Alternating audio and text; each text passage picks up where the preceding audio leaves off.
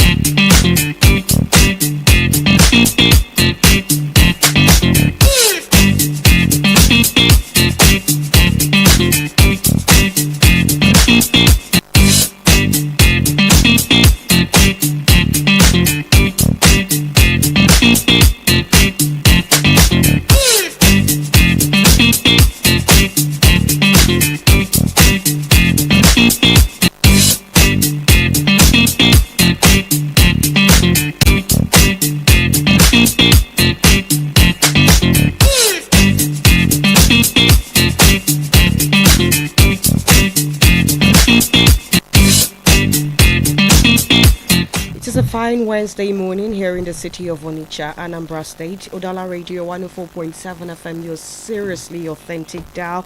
That's where you're locked onto, and this is the Polity. Good morning to you and welcome. I am Chisom Chinedu. Yesterday we had reports and reactions to the appointments and the reappointments that have been made by the governor of Anambra State, Professor Charles Chukwumasuludo, as he kickstarts his new tenure, or his second tenure now. Also yesterday we had the Minister of Power, Adelabu, apologizing to Nigerians for the power situation in Nigeria. I'd get to play you that audio, the audio of his apology as the conversations continue this morning. Also, Asurok is trending, also for the same reason of power. So according to reports, Asurok has reportedly installed, or is still installing, a 17 billion naira worth solar system. Nigerians are not having it. They're asking a simple question. If you are banking on solar, it means you've given up on the electricity situation in the country. So what becomes of us? What becomes of the average Nigerian? While Adelabu is apologizing and asking for 1 year. Yes, he said before the year runs out, it would have been fixed. And this is just March. So we have 9 whole months of maybe having to deal with the madness currently happening in the power sector. I call it madness because some parts of this country have not seen power in months. And some other places where there used to be at least 24, 48 hours of power supply in a week have been reduced to 4, sometimes none in a whole week. It calls for great concern, especially since President Bola Tinubu is gearing up to be on the ballot for APC in 2027. And recall that in 2023, he said, if I do not fix the power situation in Nigeria in my first tenure, do not vote for me again. Nigerians are asking questions, and we are hoping that this is sorted out and most permanently, at least. And good morning to you once again. Dr. Tony Olisambeki is here to make sense of all of these developments and even more. Good morning, Tony. Good morning to you, Chisom Kennedy. Good morning, Nigerians. Good morning, the good people of Southeast. Good morning, in Danambara. Good morning, in the Onitsha, Doni Du. Good morning, in Dosmu. Good morning, everyone under the reach of a voice. Good morning, in the Afia, in the Olwa, Kandolo, Yibo, in the pensioners. We have to remember our senior citizens, because if you go to some countries, the senior citizens are well taken care of. They are well taken care of. Government provides for them and ensure their well-being.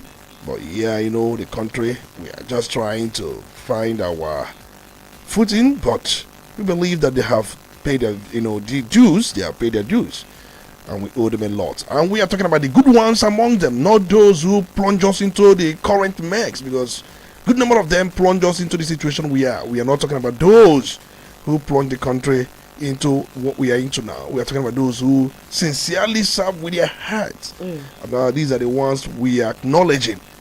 We are not acknowledging the corrupt and bad ones.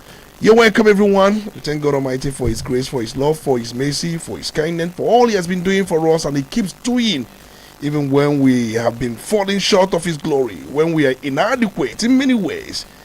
He keeps pardoning our iniquities. We thank Him for all He has been doing for us. We also thank you, our listeners, knowing very well you are there to listen to our professions and everything we are going to do this morning, because we are going to profess the truth as usual. And then somebody who professes the truth is a professor of the truth, not the type of Professor Fabio or Mai said he is.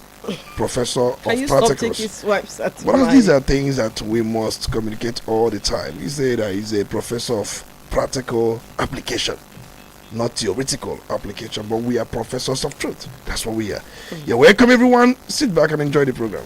Tony, when you said you're giving a shout out to our leaders, the one who've actually served in true capacity, I saw a statement credited to Dino Melaye, who's, by the way, been in a government in this country, been a part of the government in this country. He was a senator at some point, and he has come out to join those decrying the power situation in the country. And it got me asking myself, when you were in the Senate, what did you do? I mean, Dino himself itemized that Nigeria has been generating electricity since about 1896. That is 130 years down the line, and presently we are at less than 4,000 megawatts. We have neighboring countries doing a lot more than that, and the question has always revolved around our maintenance issues, also how government agencies are possibly leading to the deficit in infrastructure thanks to the fact that they do not pay, and so these generating and these transmission companies keep being owed. And they have little or no capital to operate and fix things when need be. But I was just wondering when I saw Dino's statement, you were part of a government. It looks like once one is not in government, the person can see clearly, the issues in that government. Speaking about the likes of the man that went to the interview with Hassan Mendy, if you remember, Tony. I'm trying to recall his name now. You are talking about... I'm trying to remember. The one that went to deny everything that he used to Bola? say. Bola, And so it looks like once you're in a government, you are singing a different tune. And I am just wondering, when these politicians come to complain with Nigerians, should we really take them seriously, no matter how factual what they are saying is? They are all contributors to the present predicament we found ourselves, and one would also argue that even when we know that Dino was just a senator at that time and he couldn't have done anything single-handedly, but the work of being in the Senate, you have to mobilize, you have to lobby. Did he put out any bill for power? And that's just the point. The truth remains that when privatization was going on, it happened under the government of Goodluck Jonathan, There was power privatization, if I can recall, between 2012 and 2013. That was where we got everything wrong. Even before then, even when the old NEPA, National Electric Power Authority, transitioned to Power Holding Company of Nigeria sometime around 2005 or 2006, if I can still remember, we also got it wrong.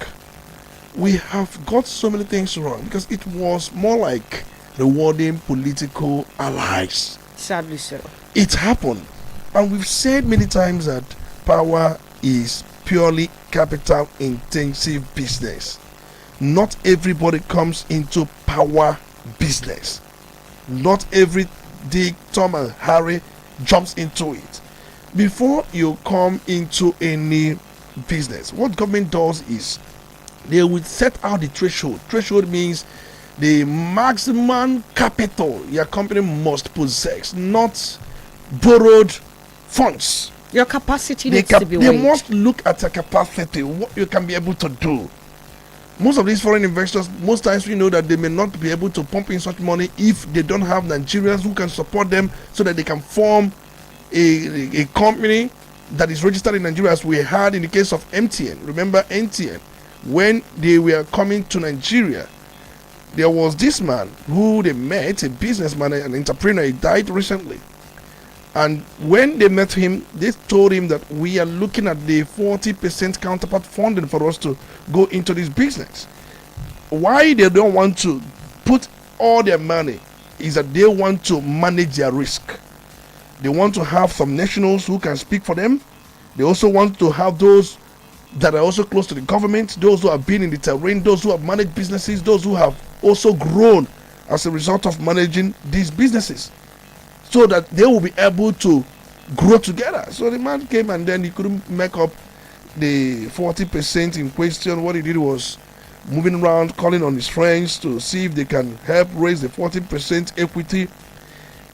The MTN then, South Africa was demanding to set up such a business. But after some time, they were able to raise about, I don't know whether it was 15% or thereabouts. And he became the first chairman. He became the face of the business. But today, they have grown beyond that. The question is, did they have the capacity, the capital to set up such kind of thing?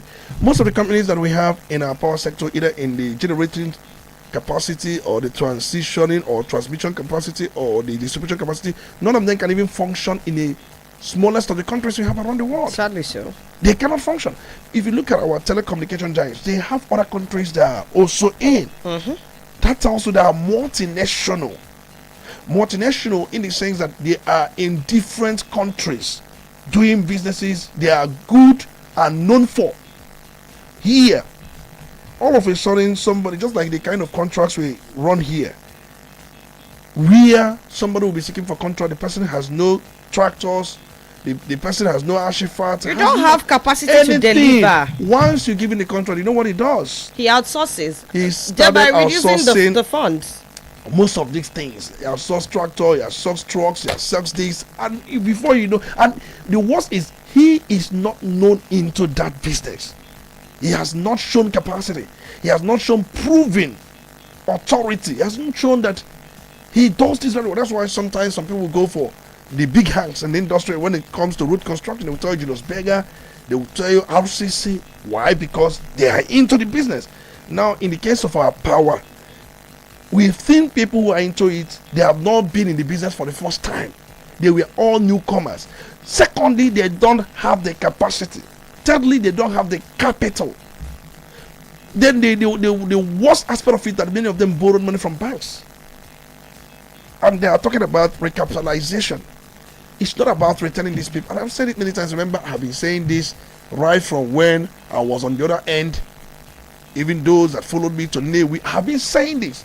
For us to get power sector right, we must step on toes. Because the people who are there, they are friends to Mr. President.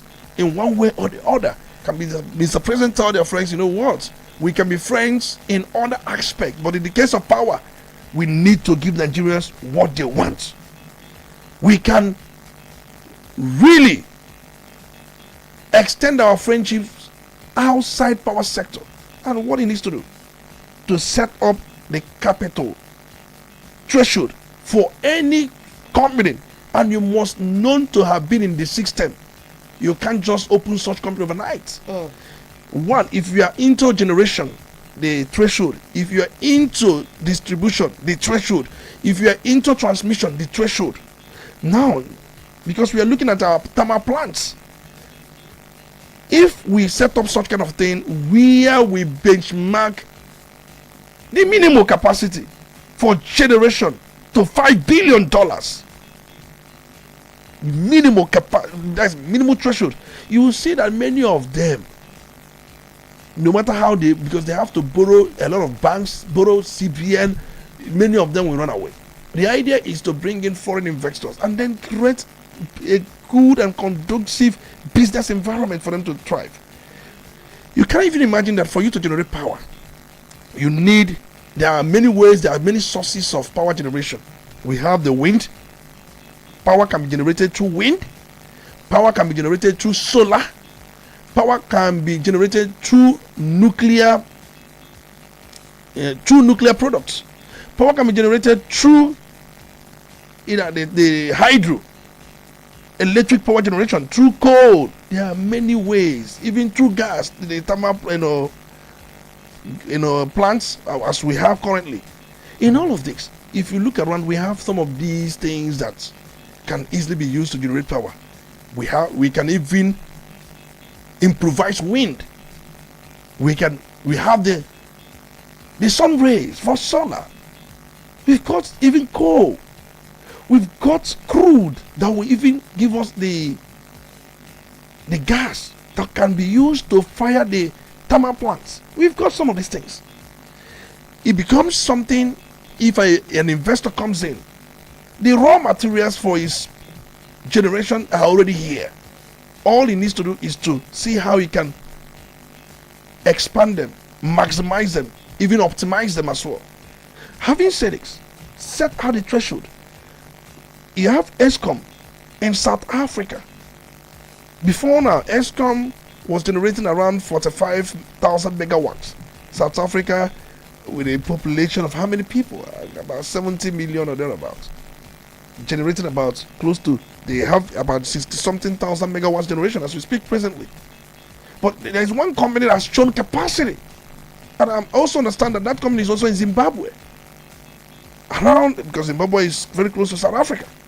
The point I'm trying to make is, if you look around the world, there are so many companies who are into electricity. I don't mind if you can bring any of them here.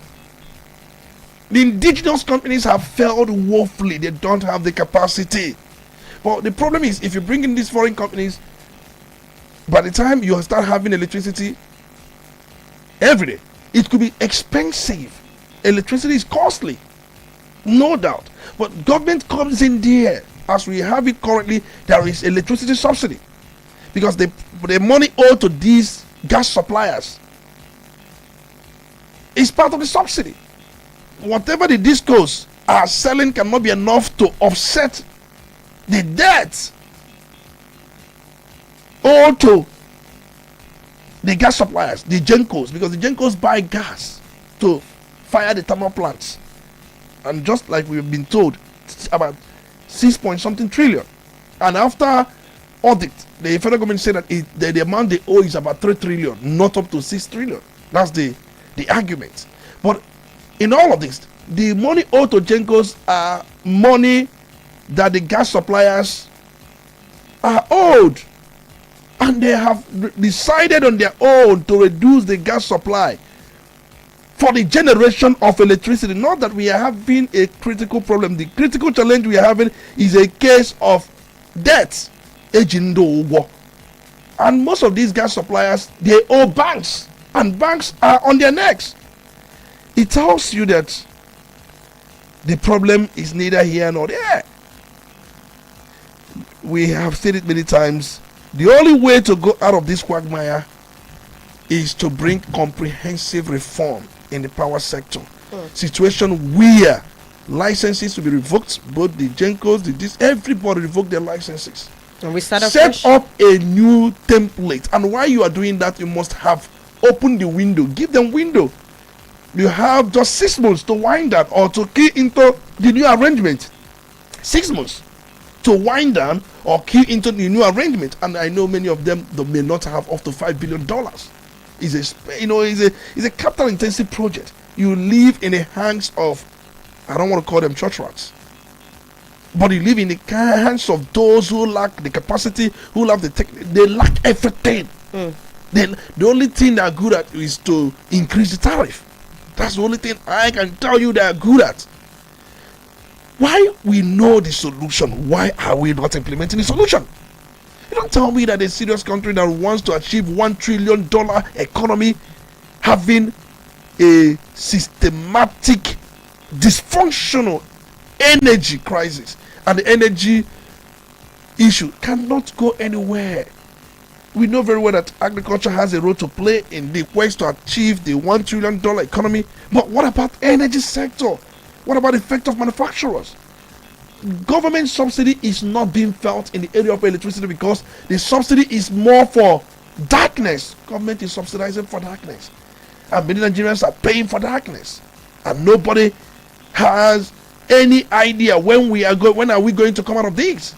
I listened to Minister Adelabu saying that he apologizes to, in fact, he said he apologized to Nigerians for what he has done, that Nigerians should give them time in the question of 2 weeks or thereabout, that the whole thing will be rectified. That what that means that the gas suppliers that are owed money will be given to them for them to go on to continue to supply gas as expected. It is very, very appalling that a country of over 240 million has found itself in such predicament. We've not seen this before, but I understand that the plot has been there. It's not something the present administration cost. I wouldn't say they cost all this thing, because if you look at the debt, it's outdated the present administration. They outdated it. They inherited this problem. But reason why they were voted is to solve problems. They cannot run away from problems. So we must put things in proper perspective. That's what I'm saying. The truth is, Nigerians, we spend about $14 billion, according to the report we saw on the Dino Melai, $14 billion every year buying and fueling generators. If we spend such amount of money, and according to reports, we have about 22 million generators across the country, with a combined capacity of all the generators put together, if you combine the capacity of these different generators, about 22 million of them, the capacity is about 42,000 megawatts. But this capacity, they don't last for a longer hour. Besides, look at the cost of fuel and diesel. That's what I'm saying. And that tells you that even the capacity for generators is bigger than the national grid. Sadly so. Because the national grid has an installed capacity of about 13,000 megawatts, but we generate about 3,800 to 4,000 megawatts. That's what we have. And you have generators, but when we talk about generators, the one you call Lister, everything put together, over 22 million of them, with a combined total capacity of about 42,000 megawatts, even when we know that it does not stay for a longer time. So that is nominal calculation anyway. It tells you that it is very, very appalling. The truth remains that I've seen situation where we've been taking loan, taking some government issuing bonds and all that. And we've said many times, if you can use this money to fix energy in this country, we can't imagine being where we are in the Committee of Nations. Just like we said, Egypt added about 14,000 megawatts of gas capacity in 6 years. They used Siemens. The last time Kyari went to Germany for this Siemens agreement, we thought that something could happen or something wasn't done fit. But it died the way Kyari died from SSG to President Muhammadu Buhari. It tells you that we are far off where we should be.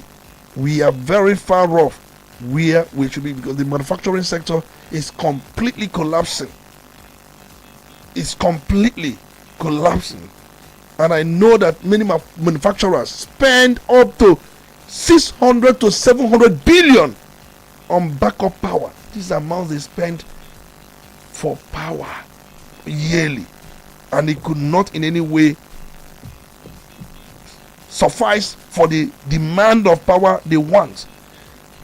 right now we are asking the government, because the gas used to generate about 4,000 megawatts, it takes about 1,630 million standard cubic feet of gas per day, and now it has been reduced to about 692. That means that over 1,000 standard cubic feet of gas is the shortfall.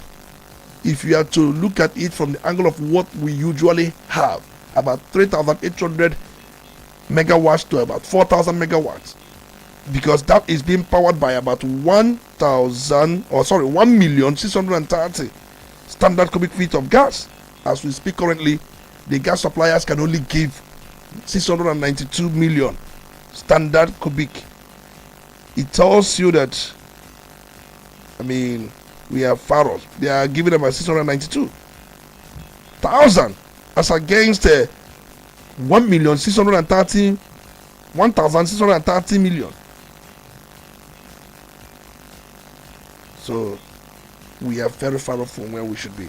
That means that if you aggregate it in percent, we are having a shortfall of over 70% as what we usually have before now. The shortfall is about 70%. If you are talking about the gas supply before and what is currently 70% shortfall. That is why many Nigerians cannot see light. That is why we have blackouts everywhere. That is why many people can only see electricity at the wee hour. Sometimes you'll be asleep. When you wake up around 1 a.m., you see electricity. By the time you close your eyes and open it again around 5 a.m., you don't see it again. And that will be the case for the whole day. Electricity in Nigeria is beginning to look like a privilege and not a right to the average Nigerian. But hey, I think we've dwelt enough on the power issue. We are hoping that the present administration gets to fix this. Adelabu said before the end of the year. While that is a long time, hopefully something gets to be done. But quickly, let's tell you what the front pages say. We have The Nation on our desk, The Guardian, Punch, and the Vanguard newspaper. And on the front page of the Nation newspaper, the banner headline is APC no threat to convention. Aspirant sues party. Yowata Bashiru others cleared.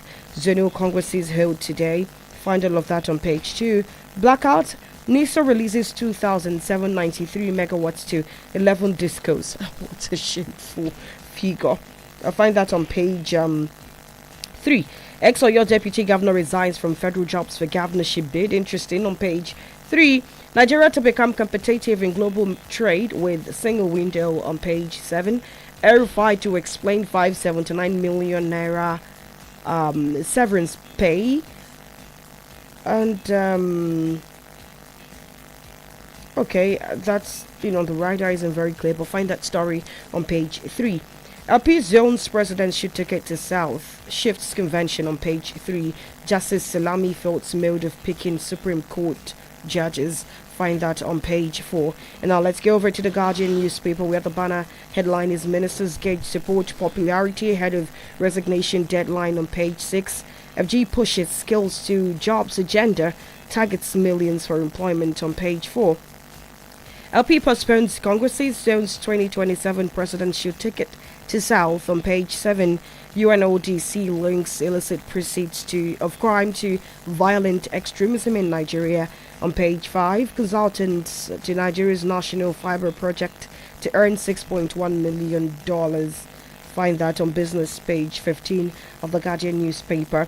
PDP will field candidates in 2027, adopt consensus policy. Makinde speaking on page 3. FG anticipates improved trade as phased implementation of NSW takes off on page 6. IPAC rejects Electoral Act 2026 as INEC views new party guidelines on page 3. Adelabu apologizes over power outages, pledges recovery in 14 days. Panorama page 2. ADC Accord fault ex-lawmakers suit seeking to deregister opposition parties on page 3. Now quickly to the Punch newspaper, the banner headline is 2027 polls. PDP governors reject Wike bloc's consensus chair on page 2. A factional rift continues amid reconciliation talks. Wike block allocates NWC position by consensus. And Yuwata Bashiru cleared as APC maps out 2027 convention. On page 7, UK returnee 4 others die in Ogun Highway tragedy. Pages 4 and 5. ICPC alleges Erufai pocketed 289 million naira, $797,900 illegally. On page 20. For feature, EFCC evicts Malami's family from Abuja mansion. On page 7. Dangote NNPC deal hits turbulence over crude shortfall. On page 21. Parties warn INEC rules out Q 2027 polls. On page 7. Nigeria's out of school crisis demands $345 million. Alausa is speaking, and that's a yearly demand. On page 16. And now let's go to the Vanguard newspaper. And on the front page of the Vanguard, the banner headline is Petrol. Marketers keep high price as crude drops. On page 5, the riders are retailers should adjust price attendant, regulators must intervene, petroleum price at ANG, market forces to determine price, Petron, transport fares rise by 50%. And the FG apologizes to Nigerians over poor power supply. In page 19. Beyond the red carpet, the UK state visit to is investment in Nigeria's future. Page 18. Ozoro, Festival of Fertility or Harassment? That's a question there. Ibori is speaking. He said no rape festival happens in Isoko or Urobo. Our presidency battles in Dume over alleged plans by terrorists to overrun Borno Northeast.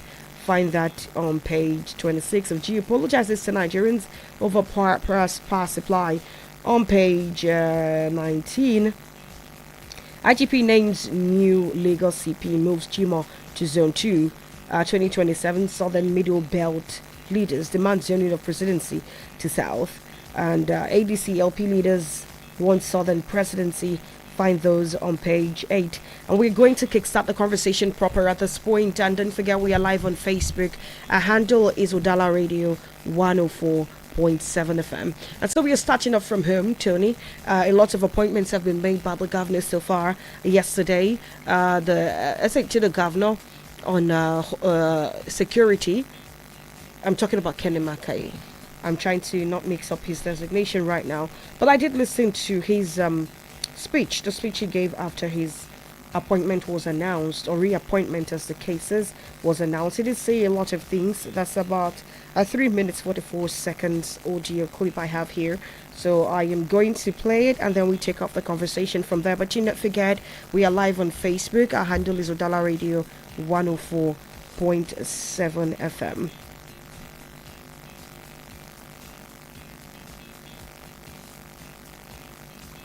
And okay, I would have to play this from, I don't think this is working, so let me play from another device entirely. So he's bringing us a lot of technology devices where it will be much easier for us to do our job. Okay? Yes, sir. So we have drones already and he's bringing in more. We have a lot of cameras and other things that will make it much easier for you to apprehend criminals before they even do anything. We are setting up different units which we are going to announce to you and to the public any moment from now. We are creating units that will make it easier for the job to be more than smooth. Okay? And I want to assure you that Mr. Governor has taken note and is doing something about our welfare. The governor has taken note that your welfare is his priority. So he's doing something to review your welfare upwards so that everybody will be very, very happy while doing your job. So all the logistics about the job is being provided. So we want to encourage you, everybody, to be up and doing. And most importantly, we are not only, as we are going to look into your welfare to make sure that your welfare is enhanced. We are also going to tighten our belts when it comes to disciplinary measures. Are you with me? Yes, sir. So it is no longer business as usual. We are going to set up, in fact, we have already set up a team, a monitoring team that will be going around the state, checking on our members, our personnel who will engage in extortion. All right? Yes, and the monitoring team, they are not going to be our members here. We are picking the monitoring team from members of the public, from the KK riders, from the commercial vehicle owners, and members of the public, so that we'll empower them, we'll give them cameras, we'll give them equipment to catch any person going wrong on the street. They will catch you red-handed. They will provide us with evidence. And we are not going to take it lightly with anybody who will engage in extortion. Mr. Governor and this outfit will have zero tolerance for anything extortion, anything going outside the law. There is a law established in this outfit, and that is going to be our watchword. So I salute all of you. Here are your commanders. All of us join hands, salute you, and say, well done for the good job. But please, the result for good job, when you do a job well, the prize and the certificate for good job is what? More job. You understand me? Yes, sir. When you do a good job, your reward will be what? More job.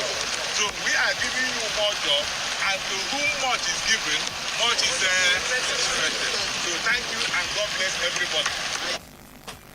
And so you just heard from Kenneth Okuchukwu Emakai. He is the special advisor to the governor, Professor Charles Chukwu Masoludo, on community security. The entire Udogachi Agune Chemba system has been revolving mostly around him, and we have actually marked some really positive outcome ever since Agune Chemba was instituted and reorganized under the Homeland Security Law of Anambra State 2025. And so Tony Emakai dwelt on two things: better remuneration for them, which is very commendable, and also disciplinary measures, because sadly, while we are seeing more men on ground doing better, we have still seen them collecting tolls. And everyone has always questioned the rationality of security officials collecting tolls. And now he said they are going to set up a monitoring team from among the public to curb extortion. I want to know if you believe that they are going to walk this talk. Also, he says there is zero tolerance for extortion as expected. And also, I'd like to know the structure of Agune Chemba as it is. Is it really there yet? A few days ago, a friend's car was snatched somewhere on Omagba. Yeah, here in Onitsha. This happened about 2 nights ago, just around 8 p.m. And so it goes to show that, well, we are getting there, but we're not yet there. There are pockets of insecurity. Oka Road used to be a hotbed. Report says that there's been some, what I call it, release of pressure from Udogachi Agune Chemba operatives. And these elements seem to be sneaking back into the system, Tony. I think we have to be more clearer when it comes to putting things the way they are. When you said snatched, was it me, or is it a case at gunpoint? At gunpoint, yes. You know, his car was taken by some armed elements at gunpoint. Thankfully, he wasn't injured. So I think these some of the things we must highlight, because this is my first time of hearing this. The last I checked, because I've been speaking with some people who are into transportation, they have told me how relieved they are, especially in the area of night movements. And one of them told me that Opiweka has become calmer. That's what one of them told me. Yeah, calmer, but we are not yet there. There's never a time you will free society from crime. There is no society in the world that is free from crime. It's But not possible. we don't release pressure. We should keep mounting pressure. That's what I'm saying. But the issue is this. I'm saying it because most times we apply different rules all the time, and we get information, we get reports on what is going on, and people should also help us with these reports. When an incident happens once in a while, it tells you that work is actually going on. Yes, because we also want to know these incidents that happen, because it will be a way to find out how it happened. Because the last we had something like that, those people who were involved were later arrested, and some of them were arrested in action. I think they were being chased and they were gunned down. The incident of Ngige, his convoy, when he was coming back, and there were people that thought that the convoy belongs to one politician, then they opened fire. Those people who did that thing was later intercepted and also killed.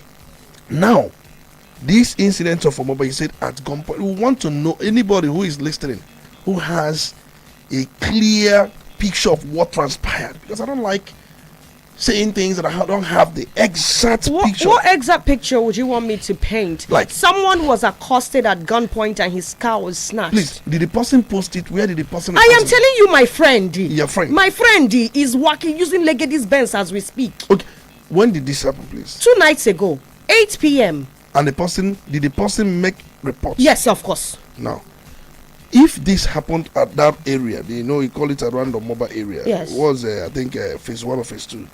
I'm not certain. Because it could be around Seaman filling station, petrol filling station. No, Johnny, I think you're getting me wrong here. This is a case. However, it may be in isolation because we haven't had incidents like this in a long while. But I'm just pointing this out to as a metrics that we still have work to do. Yes, I understand what you're trying to say, because I know the axis in question, they do have even local vigilante. I'm so surprised why that happened, because were they sleeping? That's why he said Moba. Moba is one of the fortified areas in terms of security. I'm concerned. If you have told me that this happened in some other places, I would have taken it so lightly. But Omoba is one of the fortified areas. Those who live in Omoba should know what I'm talking about. They have internal security, they have external security. That's Omoba for you. Even the Kwasumpo side, the one that connects to Mbuka Mpo. I am very pretty well that area, that Isaacs. I'm not saying that it did not happen, but I'm saying those security personnel, if this happened, what were they doing? Were they asleep? No, I'm not contending whether it didn't happen. I'm saying because that area is fortified. In fact, if you look at this side of nature, we see how fortified these areas are. The truth is, just like you said, one thing about security, anytime you think you have achieved it all, you'll be making a big mistake, because these people are looking around, hoping to explore loopholes. And once they see that you are asleep or you have lost guard, they're coming. The issue is, just like I've always said, the security in Anambra State has improved tremendously. But that does not mean that we should go to sleep or go to bed. Simple. We cannot go to bed, but it has improved tremendously. And when the governor was saying that it's the safest state in Nigeria, because if you listen to what is happening in other states, you can very well attest to the fact that it is the safest state. Udogachi, the Operation Udogachi, comprising the military, the police, the DSS, the NCDC, and also the Agone Chamber, they have done tremendously well. Busting over 60 camps. They are not small feats. More work needs to be done, because we're also expecting more work. We saw situations where places where before now you can't have burials. One of my aunties was buried in Osumo and people came. Some were saying, why didn't you go? Because I was tied down by a lot of activities here. We've started burial in Osumo. Even in Asia, in Iseke, in Imbos. You can't try such kind of thing before now. As a result of the monster we created by ourselves, we created a monster. And if we supported the monster, even fed the monster we created, and the monster started consuming us. Let's be very careful. The most important thing is that we must speak truth to power and call a spade a spade. No sentiment, no emotion. The monster we created in this state engulfed many of us. But right now, thank God that normalcy is coming down. All we need to do is to support authorities. But on the issue of toll collection, I have discovered that even the Agone Chamber, that was yesterday, was it? Yesterday was Monday, right? I think 2 days ago. Along Oka Road, I discovered that they usually do what they call, would I call it shake or do they mount shake point? But they were not collecting money at that time. But somebody told me that at night they do collect money. I was told. It is condemnable. It is atrocious. So Ebakayi, by Atrocious. saying that they are going to set up a monitoring team, indirectly has accepted that this happens. Of course. Because you won't be needing to monitor and stop something that is not happening. Do you trust that this is going to actually be done and sort of followed up to the later? It is more of action than works. I don't believe so much in works. I believe more in action, because actions do speak more than works. I want to see situations where the issue of molestation, harassment, extortion will not be associated with Agone Chamber. That's this. But it is somehow difficult because you are dealing with human beings. It's not impossible. But we are talking about a situation where it will be reduced to the barest minimum. You cannot wipe it away because you are dealing with people. I like to think that if deterrents are actually there, people would have less drive for That's what I'm saying. Because if you look at it, there are those that will also say, let me do this and then be kicked out of the system. And they'll get that done and be kicked out of the system. But the issue is that has been done.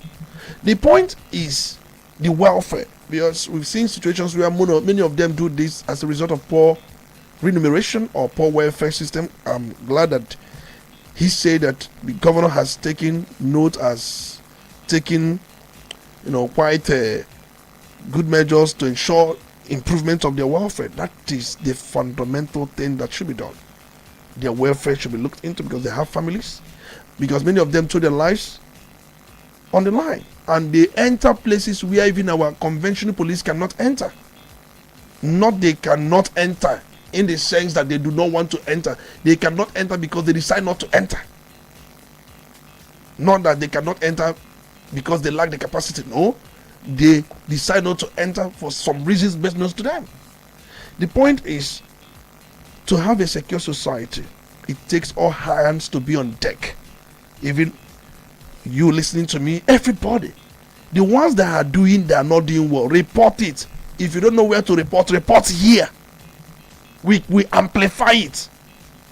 The ones that are doing rightly, do also appreciate here. Because when we know that it is the job of government to protect the people, but when they are doing well, the same mouth we use to criticize them, let us also use the same mouth to say you are doing well. All right, Tony, that's been clearly noted. Let's take a break now, attend to some commercials.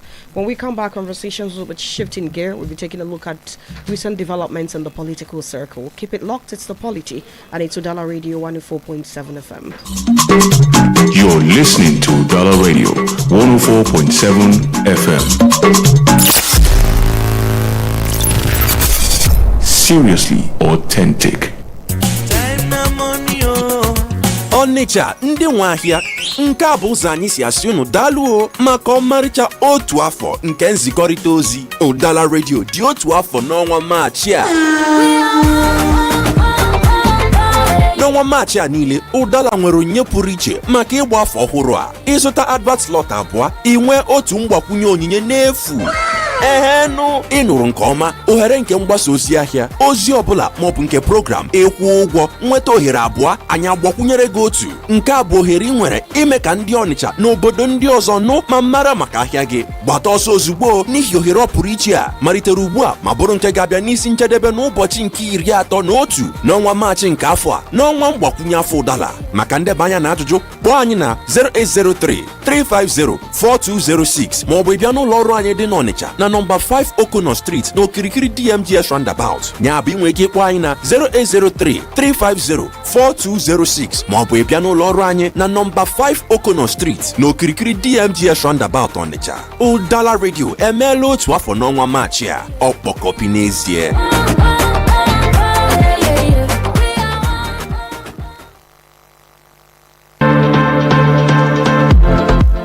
Emiro Global Natural Health Tech and Wealth brand is bringing to you an effective health product where health meets wealth and is very effective and value-laden. And it is called the Emiro Elixir. Addresses ulcer, addresses eye disorders, addresses cancer, addresses prostate problems, and addresses infertility. Boosts immunity, provides natural antibiotics, provides natural antioxidants, relieves allergies, increases libido, controls asthma, controls diabetes, relieves arthritis, improves digestion, balances blood pressure. The Emiro Global Concepts Limited maker of Emiro Elixir is located at number 33 Iweka Road, Odabo Onitsha, opposite Chibel Filling Station near Modebe Junction. And for inquiries, you can call their phone numbers. You can call the CEO Emerald on 080-6230-1834, 080-3326-1480, on 070-6820-3180. Take Emerald Elixir.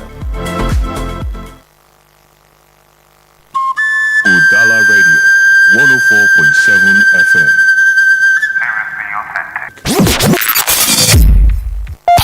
You're listening to the Polity. Get involved now.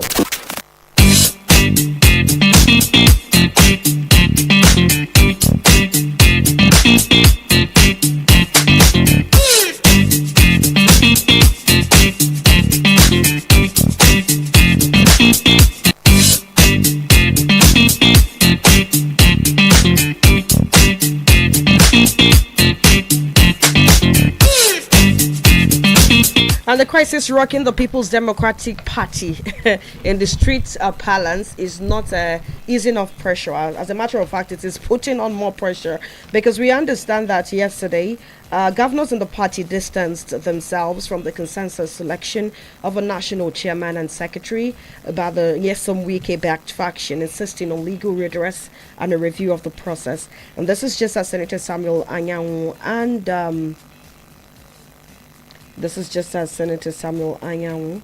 and the other stakeholders in the party also.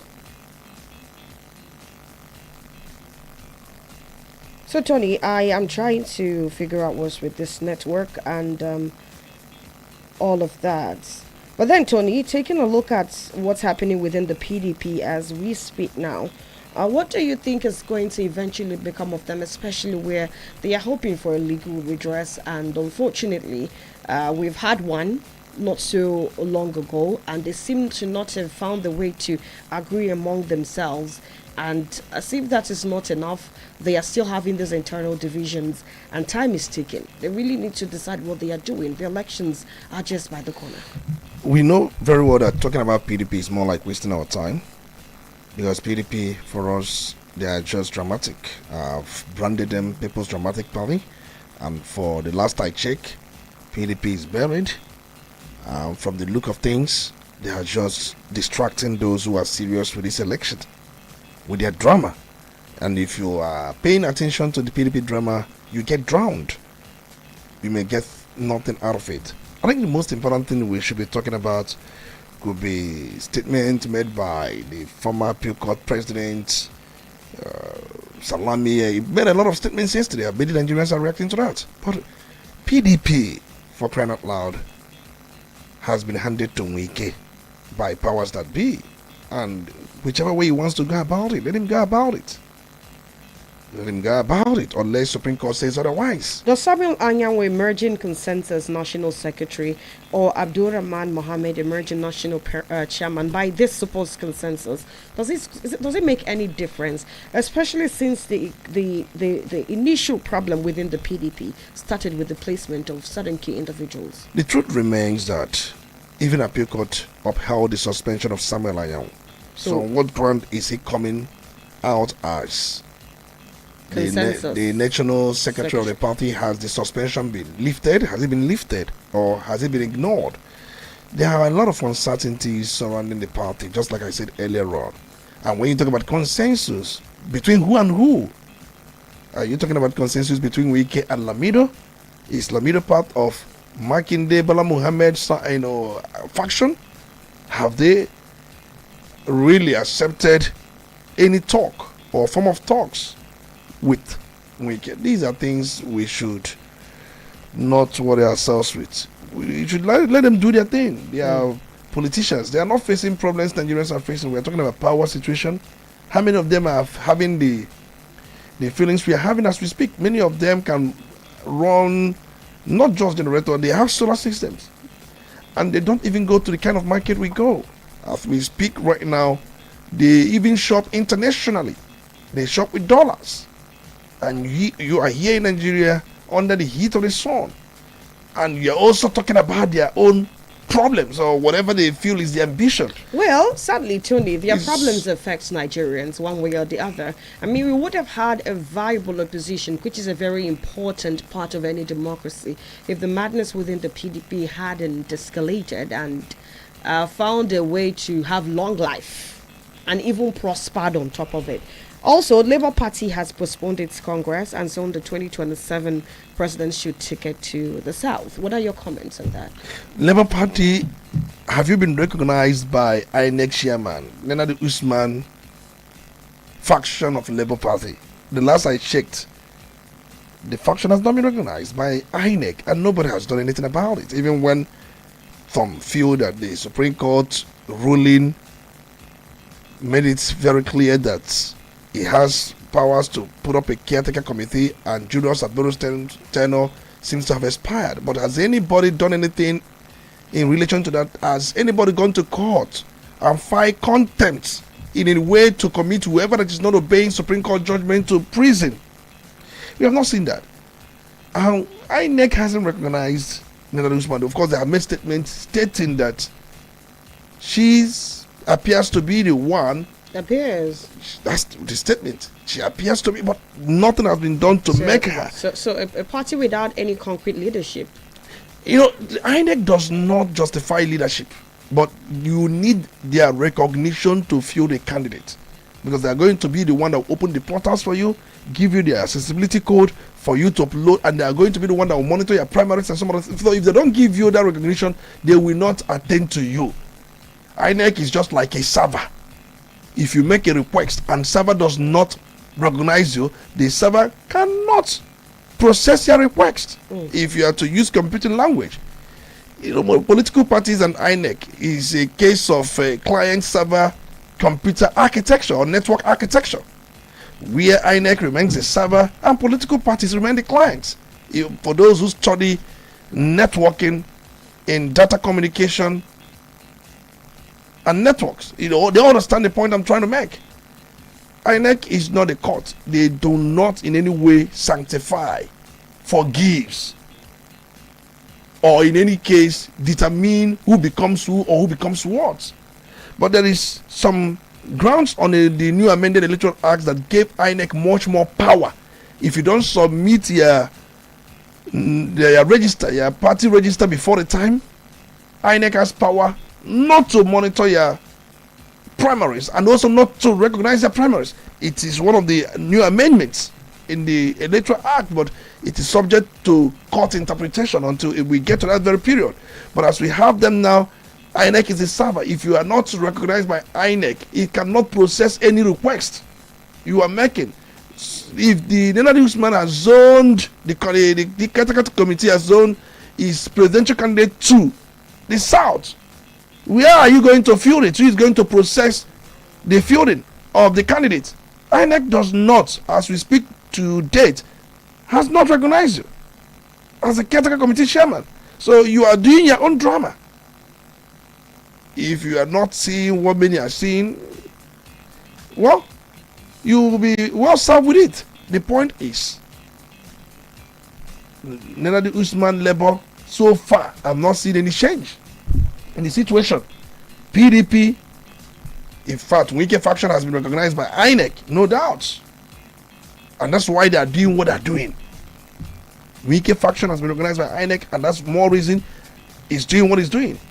And even ADC, as we speak now, they are in court. Somebody has come up to query the rationality behind the chairmanship of David Mark.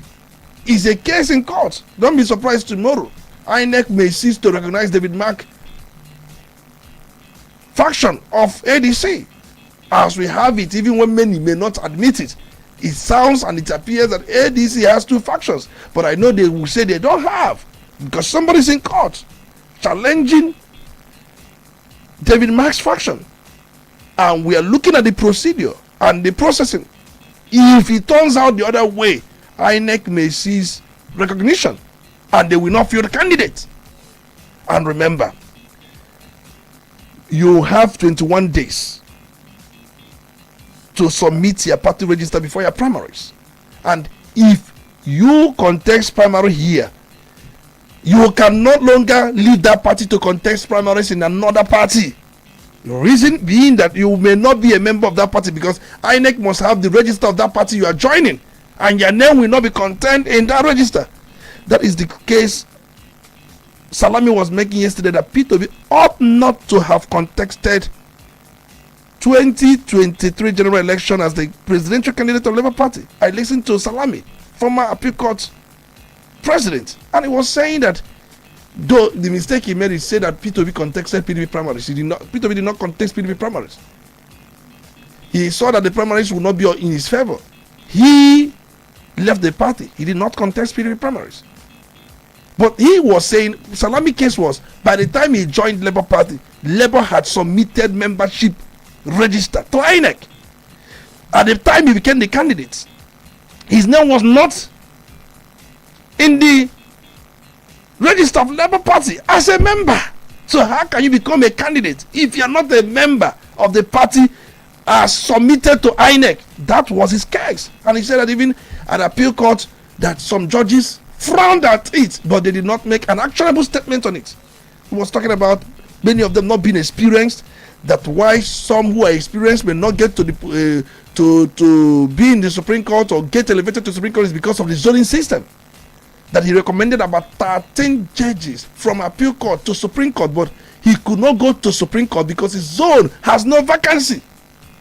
He was talking about some of this things, saying, how can you have a registrar of the court who has no judicial or what we call a certain experience as a judge, being appointed a federal high court judge, overlooking those who have been magistrates, who have got a number of experiences? Well, I think I listened to most of his statements yesterday. The issue now is everything is being tightened. The era of contesting primaries in this party, leaving the party to go to another party to contest, is over. That's the point I'm trying to make. The Electoral Act has been tightened. So if you lose a primary, it's as good as you are not contesting again in another political party. If you lose a primary, you stay for the next election, or you may be used as a running mate. The idea of you contest here and you lose either the governorship ticket, presidential ticket, and what senatorial ticket, you leave that party and go to Chowere's party or these smaller parties to shop for their ticket. That's the point, that the era is over, because once most political parties give their timetable, they must submit their register to INEC, and once submitted to INEC, you cannot update it again. That's the register they're going to hold. So if you are going to be a candidate to the party, your name must be in that register. Very clear. These things have been tightened. Very clear. Do you think that the Labour Party making this move towards sending the presidential ticket to the South is going to increase its national appeal? Well, I wonder. The Labour Party we are talking about, let's assume and concede that there is actually a unified house. Probably that Donald Suban's caretaker committee faction is giving recognition by INEC. Let's assume and concede that. And for the fact that they have zoned the presidential ticket to the South, well, it means nothing. And that means that, remember the running mate to P2B, Dati Baba Ahmed. Yeah, he's still within the Labour Party. Last Look I checked, at the game. Let me tell you this. P2B wants to play a smart game, but Tinubu boys at the National Assembly is trying to pigeonhole him. Look at the game. Nenadi Usman faction is loyal to P2B, no doubt. Situation where there is any fallout in ADC, they are preparing grants for P2B to come into Labour and pick up the presidential ticket, but they have used amendments of Electoral Act to make it nearly impossible, is my speculation. Before now, situations where he may not make it in ADC, the need for him to go to another party to continue his ambition or quest is now caged. That's why they have zoned to South. P2B is from South.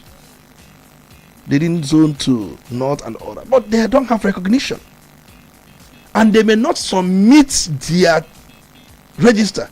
They may make it in such a way that other parties may have had their primaries, that the time they will submit their register, because that's the game. INEC has given April for primaries. 21 days before you conduct primaries, you must submit your register.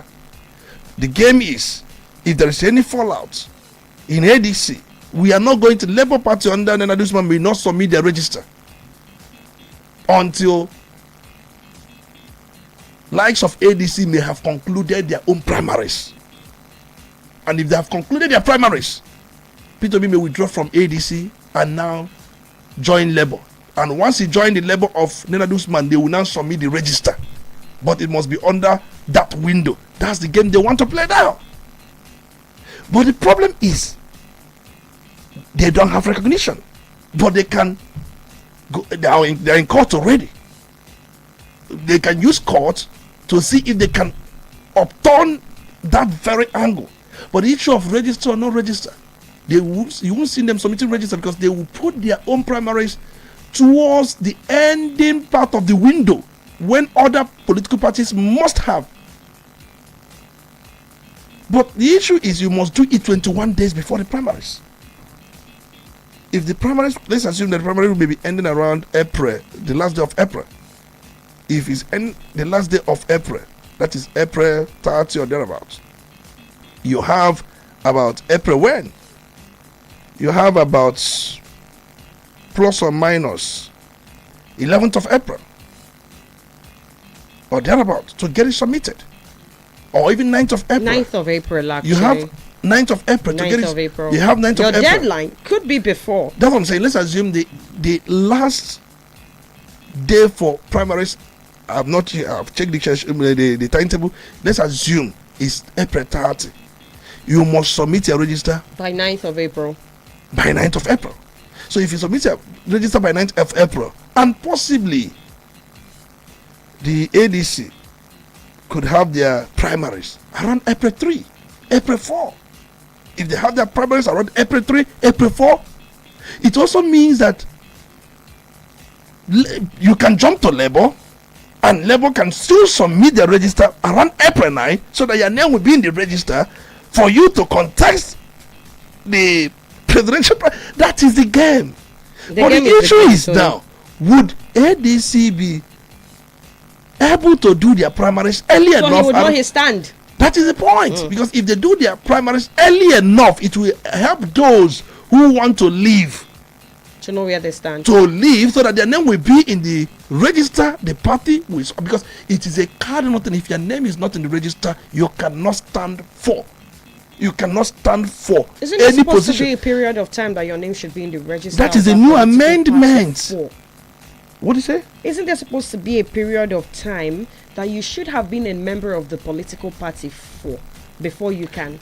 That is not coded now. Maybe if it could be for the future, but for now it is not coded. But the point is, before now, nomination, membership, and even leadership of a political is purely internal affairs of the that is Supreme Court ruling. But the new Electoral Act has changed it.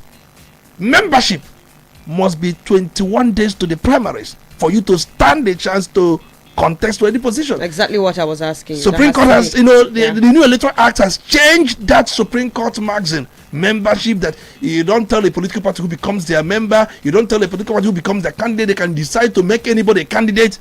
That is the Supreme Court ruling before now. But now the new Electoral Act has changed it. Even if the person must be your candidate, the person must have been in your party for 21 days. For 21 days, at least being a member of your party. So Malami's family was evicted from his Abuja mansion. El-Rufai is set to answer for a 579 million naira bailout fund. And I'm curious to find out what you think about these two developments as we round off the conversation. Yes, Malami is stupendously rich. But he's challenging the right of forfeiture, according to him. He has right to challenge whatever right of forfeiture. The issue is he acquired a lot of wealth, or he has acquired a lot of mansion properties while serving as Attorney General of the Federation, and while also prosecuting the former EFCC boss. And we've said it many times, what goes around comes around. I remember the time the unconfirmed EFCC boss was in charge. Even while he was there, he was not cooperating with the former AGF, Attorney General of the Federation. And he used the same salami. He set up a salami panel.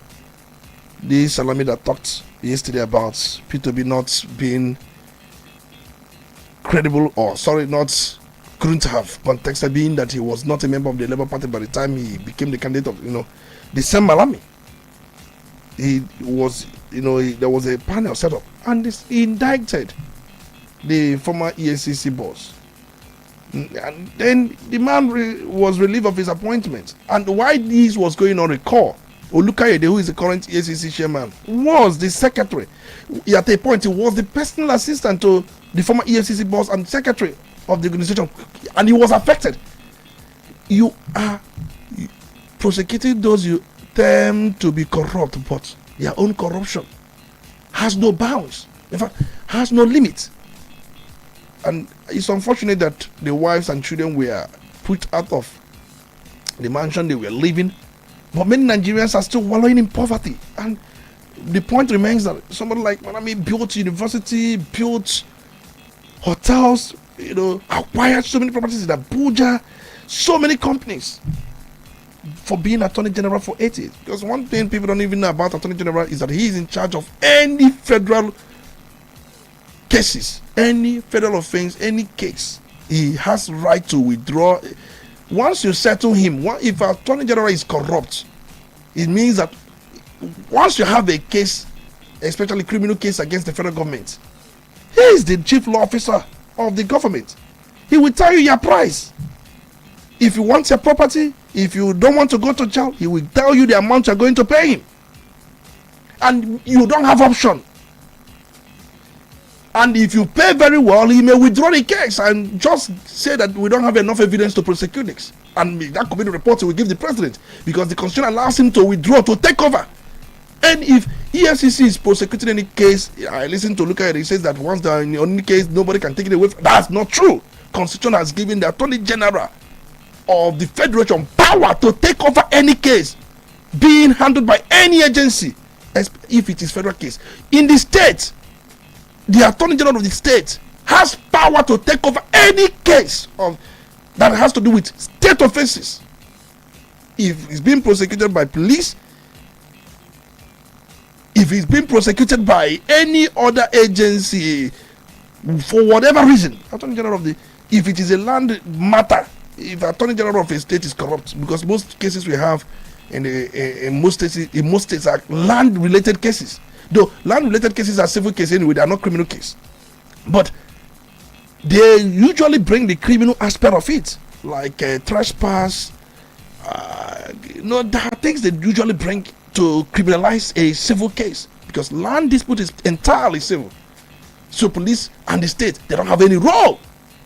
But they try to criminalize it by bringing, he trespassed, he went with machete, and then he destroyed this, criminal trespass. They try to bring that aspect so that the shift will now be on that criminality as against the rightful owner of the land. But outside that, I've seen some other things, people who are in court, with government over their property, over tax, over a lot. If a attorney general is corrupt, he will be stupendously rich. You cannot quantify how rich he could be if he's corrupt. And that's why Malami, I'm not in any way sentencing him. But from what we've seen, the properties linked to him, he has not denied those properties. I don't know the kind of business he entered to acquire those properties, over 50-something properties. What kind of business? You're right. I was just a lawyer, or he's still a lawyer. And then all of a sudden, these businesses, that's to tell you how they can use their office to enrich themselves. That is what we call abuse of office. All right, then let's take a break now. Keep our fingers crossed. Whatever happens in the Malami Rufai case, we'll definitely keep you updated with all of the developments. For now, we have commercials to attend to, and when we come back, we open up the phone lines. Do stay. You're listening to Udala Radio 104.7 FM. Seriously authentic. Una done ready for the biggest Easter shutdown.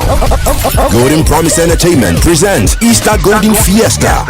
One massive night of music, comedy, and correct vibes. It happens Sunday, April 12, 2026 from 5 p.m. till dawn for Onitsha Mall ShopRite. Host for the night, MC Bim and MC Feargod. Music policy by Emmy Black, Ivado, and Sparkle T. Laughter with comedians like Twin Parrots, Prince Neche, 5 Naira, Dibia Update, Holy Baba, and Sister Equitos, plus live performances from Mweze and CJ Ozugo, and DJs who will keep the party hot all night.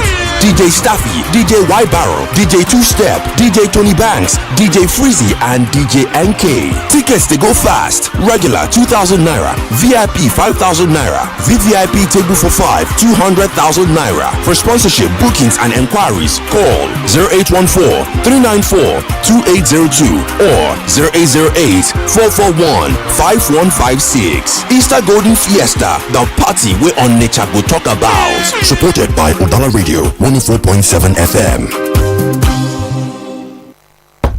It's your Okafo. Welcome. Odogu. Water full everywhere for your house like this. What's it gonna happen? It's here now. Wow. Now see my house they leak. And even the color of the metro tiles don't fade finish. I know could fade when you never use the original metro tiles from Integrity Metro Roofing Tiles and Aluminium Products. My house will Integrity taking hand roof from me. Now so it does that I Kingdom come with high quality metro tiles from New Zealand and Korea. The metro tiles come for different colors and no kind of weather fit them. So they give you 50 years warranty for high quality metro couple, step tiles, long span aluminium roofing sheet and water collectors. Integrity Metro Roofing no get compare, and them delivery na instant with company's vehicle to your doorstep. Them there for Uptown Down Supply Plaza, number 49 Nnamdi Azikiwe Avenue, Old Limca Road, in front of Jodon Shopping Mall, Anambra State. Phone 080-3205-2511. Again 080-3205-2511. Integrity Metro Roofing Tiles and Aluminium Products. We crown your house with quality roofing materials. My country person, no let wetin happen to Ichioka for happen to you. Before you go come contact Integrity Metro Roofing Tiles and Aluminium Products Limited for your roofing. It dey very very important make you contact them. Na Serial Eta Consult Group, na im dey support this message. Time na money Onitsha ndị nwe ahịa nke a bụ ụzọ anyị si asị unu daalụ maka ọmarịcha otu afọ nke nzikọrịta ozi Udala Radio dị otu afọ n'ọnwa Maachị a. N'ọnwa Maachị a niile Udala nwere onyinye pụrụ iche maka ịgba afọ ọhụrụ a. Ịzụta advert slot abụọ inwe otu mgbakwunye onyinye n'efu. Ịnụrụ nke ọma, ohere nke mgbasa ozi ahịa ozi ọbụla maọbụ nke program ịkwụ ụgwọ nweta ohere abụọ anyị agbakwunyere gị otu. Nke a bụ ohere ị nwere ime ka ndị Ọnịcha n'obodo ndị ọzọ nụ ma mara maka ahịa gị. Gbata ọsọ ozugbo n'ihi ohere ọ pụrụ iche a malitere ugbu a ma bụrụ nke ga-abịa n'isi njedebe n'ụbọchị nke 31 n'ọnwa Maachị nke afọ a n'ọnwa mgbakwunye afọ Udala. Maka ndebanya na ajụjụ kpọọ anyị na 0803-350-4206 maọbụ ịbịa n'ụlọ ọrụ anyị dị n'Ọnịcha na nọmba 5 Okono Street n'okirikiri DMGS Roundabout. Ya bụ inwe ike ịkpọ anyị na 0803-350-4206 maọbụ ịbịa n'ụlọ ọrụ anyị na nọmba 5 Okono Street n'okirikiri DMGS Roundabout Ọnịcha. Udala Radio emeela otu afọ n'ọnwa Maachị a, ọkpọkọpi n'ezie. Quality bread, Wendy's bread. For your family breakfast, Wendy's bread. Opa chichane tozialo, Wendy's bread. Mama papa they like Wendy's bread. Chichane nyanduo, Wendy's bread. Even children they like Wendy's bread. Wendy's bread. Wendy's bread. Get it better, tasty we go sweet your belly. Wendy's bread. Wendy's your bachichama. Wendy's bread. Wendy's bread, tasty bread. You can contact us on our official address, Second Business Park, Enugu Road, GRA, beside BPS, Onitsha, Anambra State. We also have another branch at St. Michael Plaza at Tandy Road. Also contact us on 070-1149-1571. Wendy's bread, your tasty bread. Wendy's bread. Gwam gwam gwam gwam, ihe si na ọbụghị naanị ya mụtara nwa a na-apịwa ọnụ. Udala Udala.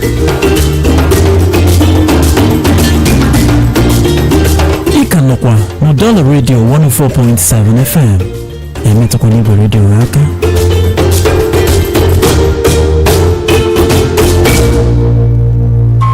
Udala Radio 104.7 FM.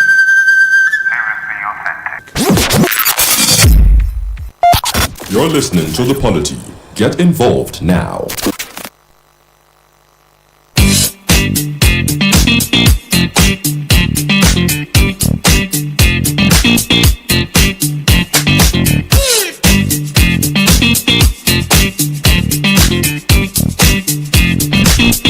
Zero 0803-221-6973, are the numbers to call to be a part of the show this morning. You have 2 minutes. Go straight to the point. Be as objective as possible.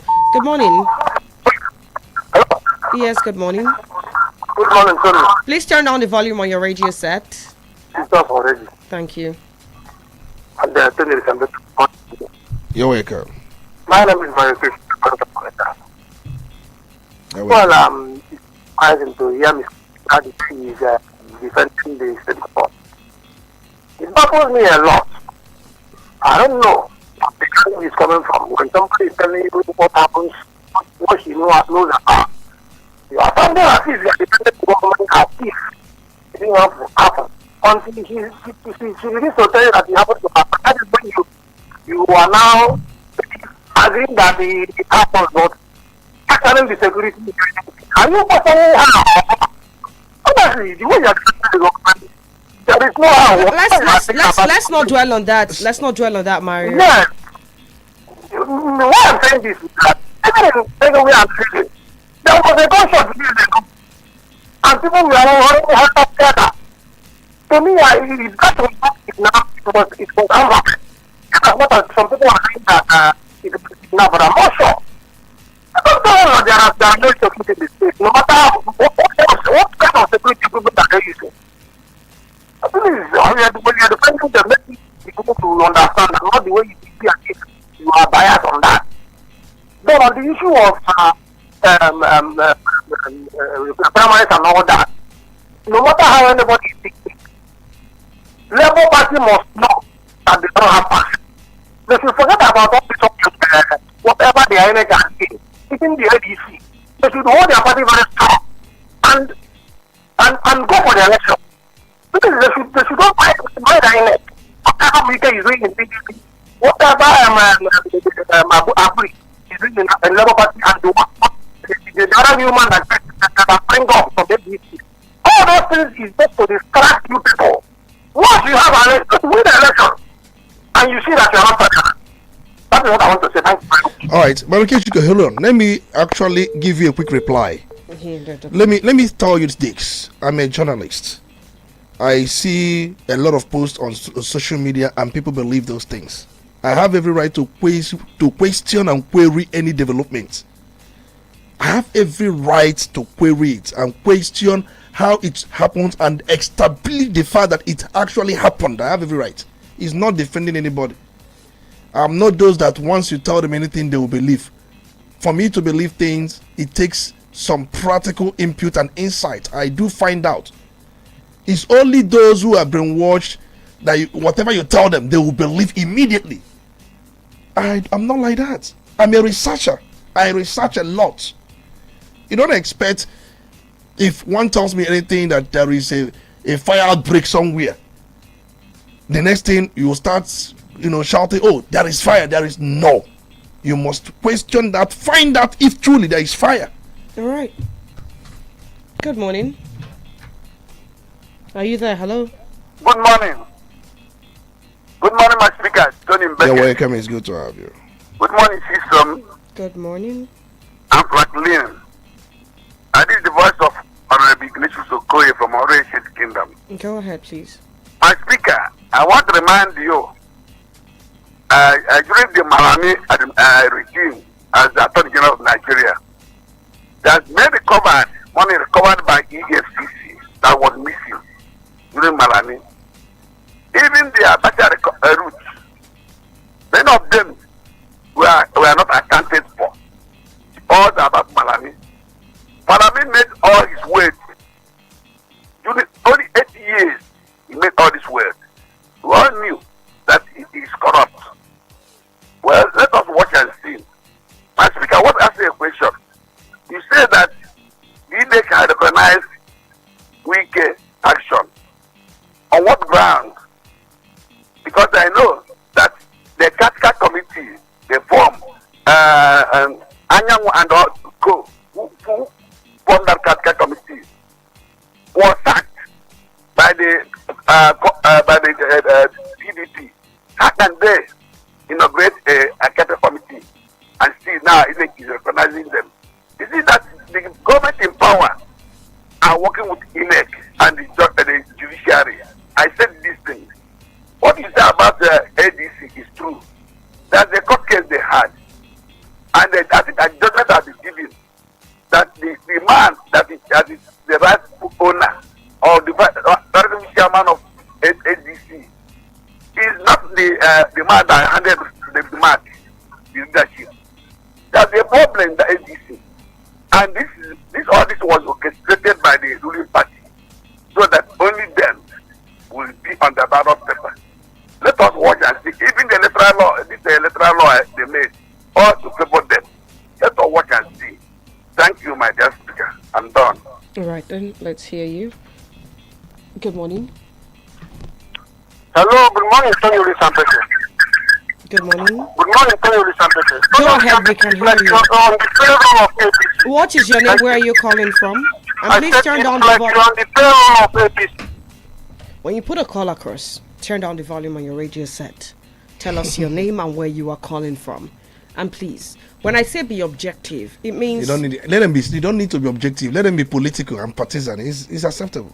Let them be, present your position. Just say what you want to say without bias, and without laying any accusation. Most times let me handle this, Tony. No obedience. They can say whatever they want to say. Let me handle this, Tony. This is not a tag giving or name calling time. No, let them say whatever they want to say. Be as objective. They don't like being told the truth until it happens. Tony, I'll off your mic. Good morning. Good morning, Udala FM. Good morning. Yeah, this is a KC Charles, the commercial driver that loves listening to Udala FM. Good to have you, KC. Talk to us. Congratulate you on your 1 year anniversary. I and my family, we are all match people. So we are marching forward with you too. Amen. Thank you. Yeah, I want to comment on the issue of the INEC recognizing or not recognizing one faction and the other. Okay. To me, I presume that it might be a script. It is a script written by powers that be in order to destabilize other political parties, for them to be carry the day in the next election. That's how I see it. But I don't see competence. I'm afraid of this election because to me, it's my own perception though. I believe that this script has been written for the next election because they have started showing signs of irregularities. I'm not sure they are up to the task because who the power that be want them to win will surely win. So I don't have faith in INEC. God bless you. Okay. Thank you for your contribution. It's really sad you do not have faith in INEC, but then they have the singular responsibility of prosecuting elections in Nigeria. And all the faith we need to demonstrate is to be actively involved in the process. Don't to forget that registration of voters is still ongoing. If you need to do your transfer, this is your time to. We cannot sit in our houses and wait for imaginary votes to count. Good morning. Hello, good morning. Yes, good morning. What is your name? Where are you calling from? This is Sunday calling from a blog. Let us hear you, Sunday. Go ahead. Please, let your have. There is rules and regulation of radio. The analyst is saying the truth. If you don't want it, go and verify. Please. Can we? What is your opinion on the conversations we've had this morning? My opinion on the conversation and everything is said there is fact, and it's my CNN here. All right then. Please, moment I hear Udala, radio finish, I'm satisfied. It's my CNN. I don't have any other information. Thank you very much. Good to know you are speaking with us. Go and do the research. He has told us the truth. And what he said there is the truth. Thank you. I have to let you go at this point. 0803-221-6973, 0803-827-6694. Good morning. Good morning, Kison. Good morning. Good morning, my chief speaker. You're welcome. Anyway, let me start by saying my name is Honorable Denzel Mayor Okukume JP. Go ahead. Ochendo, let me start by saying the person that was claiming the way Tony tackled on the issue of the stolen car. To be frank with you, it seems like you never want to hear anything about government of Soludo not going well. Because when you are saying what you are saying it for sure for what you are saying. But all the same, let me go on Malami issue. You see, what goes round comes around. When Malami was tackling all the people that he's tackling, you don't know it will be like this for him. But the only thing I want to say, let's just see that thing very well. Then on the issue of all these amendments and you can't defend to another party after, all these things is so which hunt people be, all these amendments, all these things to putting together now, it's because of P2B. The only problem I'm having now is the party is in court.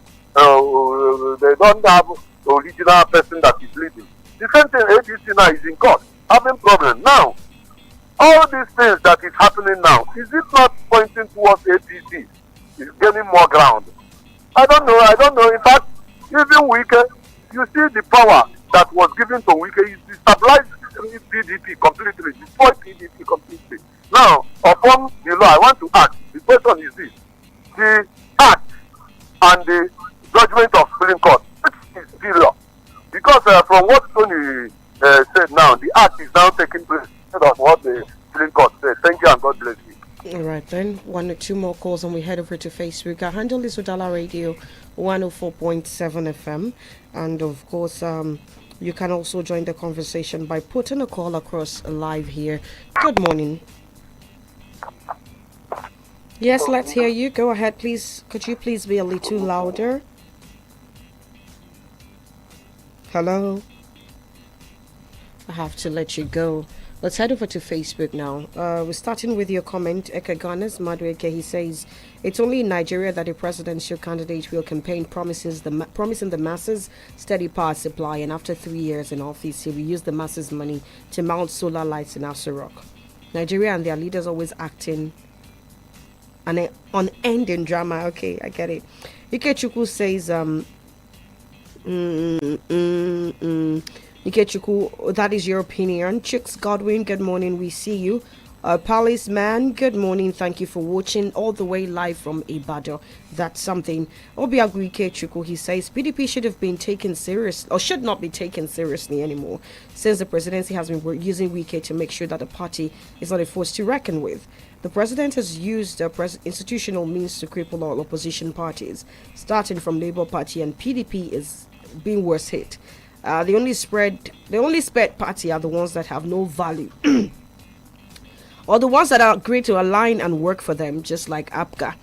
Eke Gunners Madueke again says the security head in Anambra State should look into the work of Operation Udogachi. The way they mount on the roads collecting money from keke drivers and motorists is alarming. They do not mount at Ridge Road, or they do mount at Ridge Road, Stock Exchange Junction and Magazine Junction at night. Ivan Sude, he thinks Mr. Speaker is maybe unaware of the activities of Agune Chamber. He said they harass, torture, and extort people on a daily basis.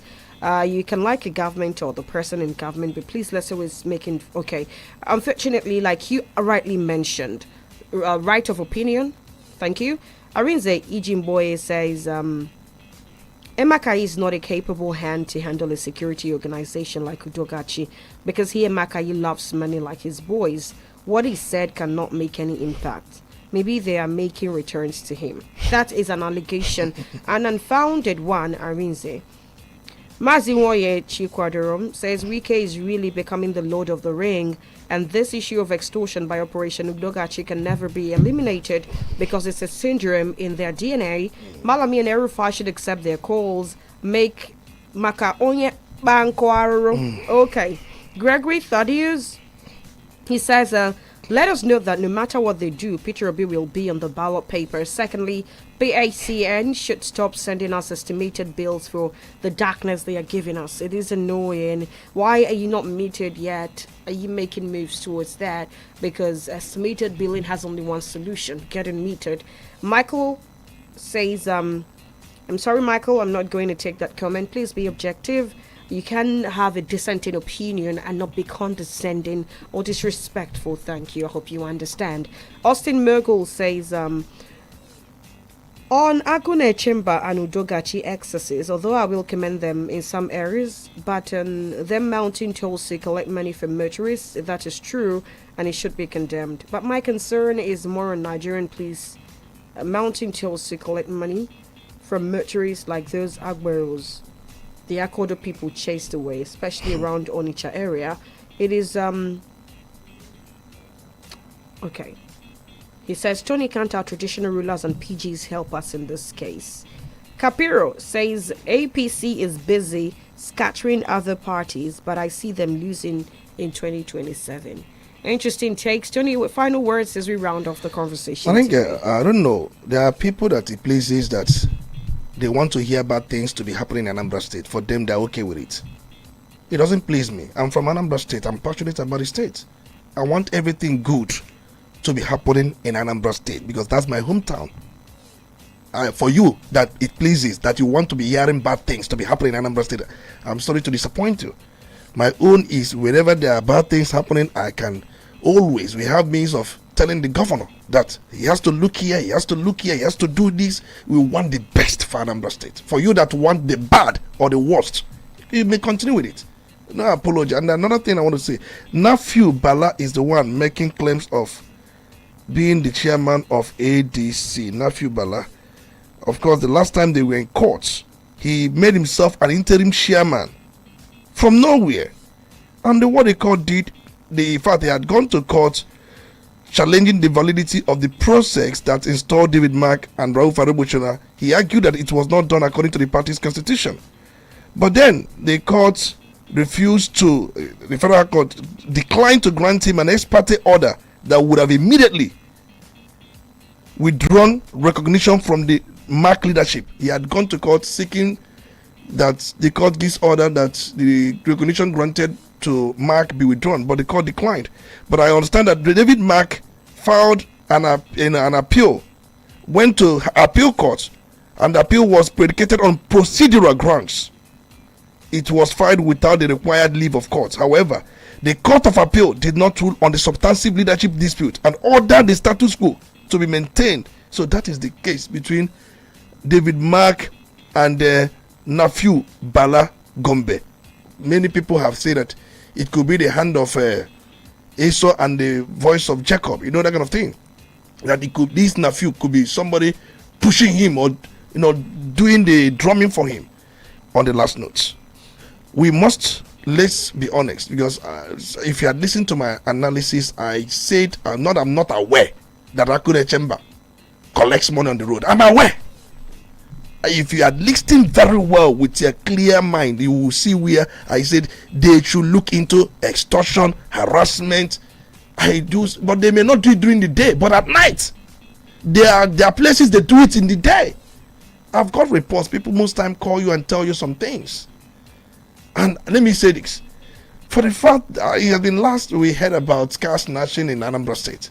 It has been last I heard about something like that. So when I hear that it happened, definitely be surprised that something you heard for a very long time is happening. And you should also query the security lapses, why it happened. It shouldn't have happened in the first place, because we have a local security that should make sure it doesn't happen. Why did they allow it to happen? These are things we are not defending. If somebody is trying to query something, questioning why this should happen, when ordinarily it shouldn't have happened. Some people say, yeah, you are defending the government because you don't listen well. Let's try and listen well. It's important. All right, then. Thank you, Tony, for your analysis today. The Polity is going to make a return tomorrow, 9:15 down to 11 a.m. Until then, do not forget, as a Nigerian who desires change, it's in the little things that you do, in the little things that you do, really important. I'll see you tomorrow, or rather before then, at 12:25 on the Cherry Box. Until then, I am Chisom Chinedu. Good morning. Do not touch that dial. It's still Udala Radio 104.7 FM. Before the bridges came, before the city stretched its arms to the sky,